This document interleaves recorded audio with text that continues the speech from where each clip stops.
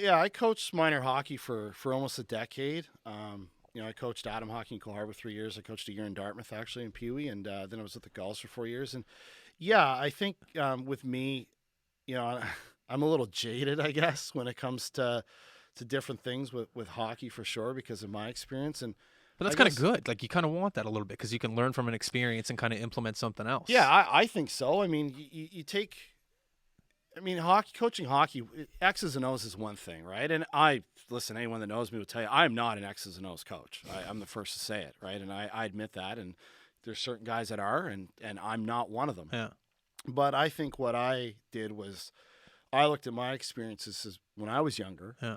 and kind of try to parlay that into how I coached, right? Because I think that kids, they need to be in an environment where they know they can be pushed to be their best, but it has to be a comfortable environment too. Well, it's that comfortable push. Yeah, I find a push is very different from an aggressive push to a, come on, you can do this, let's go. 100%. And I think with coaching, it's a partnership. It's not a dictatorship, and that's the way I always viewed it. Good point. Yeah, and that's the way I approached it. So, and I think to a fault too, maybe because sometimes and it's human nature. You look back at your hockey experience, and we see both sides of it.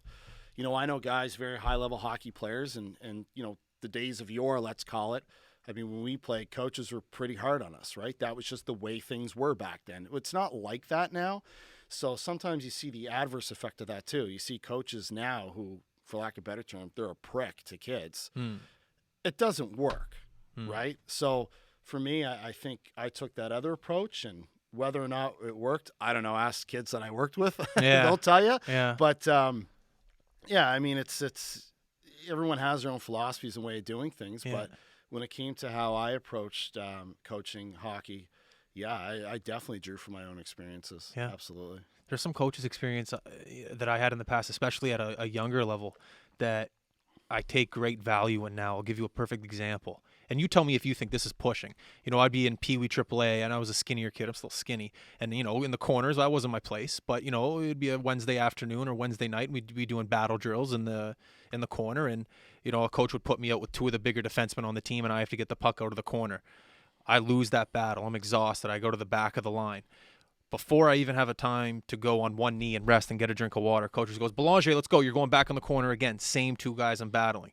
At the time, I'm pissed at my coach, but looking back on that now, that kind of made me grow as a player. It made me grow as a person, and it made me battle through adversity. Do you think that that's pushing someone, or do you think that's healthy pushing? You know I what think I it's mean? healthy pushing. I mean, I think as a coach, you have to have kids go out of their comfort zone too, and that's a big thing today. All the time, I think you need to be. We could talk about helicopter parenting and all, that whole thing, but you have to have kids step outside of their comfort zone. And as a coach, I mean, you have to do that in a healthy, positive way. And I mean, it's like anything. There's right and wrong ways to do things, and I think the way coaching is, it's subjective. You know what I mean? You might look at a method of coaching, think it's great. I might look at it and think it's terrible, and so on and so forth. But it is important to have kids step outside of their comfort zone. Absolutely. Yeah. But I mean, again, you have to do it in a right way. But, I think the biggest thing with coaching, especially now, is, you're managing different personalities. You can't approach it with a blanket approach. I mean, what works for that kid's not going to work for that kid and that kid and that kid, right?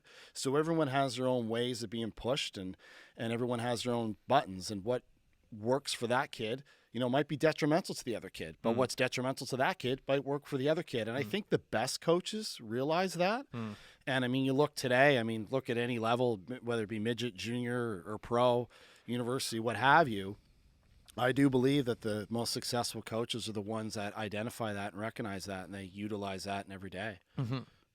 No, it's well put. It's true. It takes a lot more work to do that. But that's where you see the pretenders, not the pretenders, but the guys that are just average to the supreme coaches. Because they get to know 20 guys in a room and get to know what motivates them and get to know how they work. It's a lot of extra effort. Absolutely. Lot of extra effort. That's a lot of, hey, Dylan, do you mind coming to see me after practice? I just want to talk to you. I want to show you a little something here. That's a lot of time. That's a lot of shit that has to go into that. But I agree with what you're saying. The difference is tremendous once you can do that. And I've had coaches that have done nothing, and I've had coaches that have called me into the room and explained to me what I'm doing wrong and what I need to do, and I've had coaches yell at me and motivate me and push me into being a better player. But I agree with what you're saying.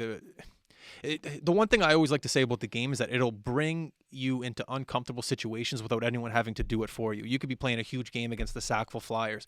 But going to that rink an hour before, you're going to feel that anxiety. You're going to feel that preparation come into you before you're even setting foot in the rink. No one's talking to you. No one's yelling at you. But that feeling of, okay, I got to get over this. I got to perform well. I have to make sure my coaches are happy. I have to make sure that my teammates are not let down. It's almost like the game naturally does it for you. And I always implement that. Like, it doesn't matter, business, hockey, lacrosse, whatever the hell you're doing.